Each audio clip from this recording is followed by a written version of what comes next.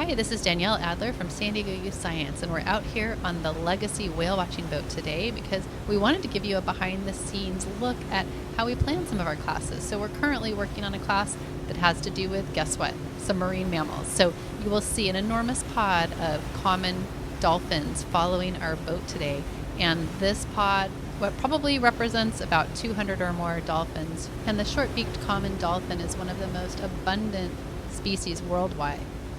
So one of the things we're out here researching today is sound created by humans. So out here on the ocean, we produce a lot of sound as humans, especially sound from vessels like these here that are off the coast of La Jolla. So we want to be thinking about how does this anthropogenic noise affect the organisms who live in the ocean? So one of those organisms that could be affected, we've been following for a while here at a safe distance. There you see its spout, and this is a California gray whale. They are migrating south to the Baja Lagoons right now along our coast. Stay tuned for more.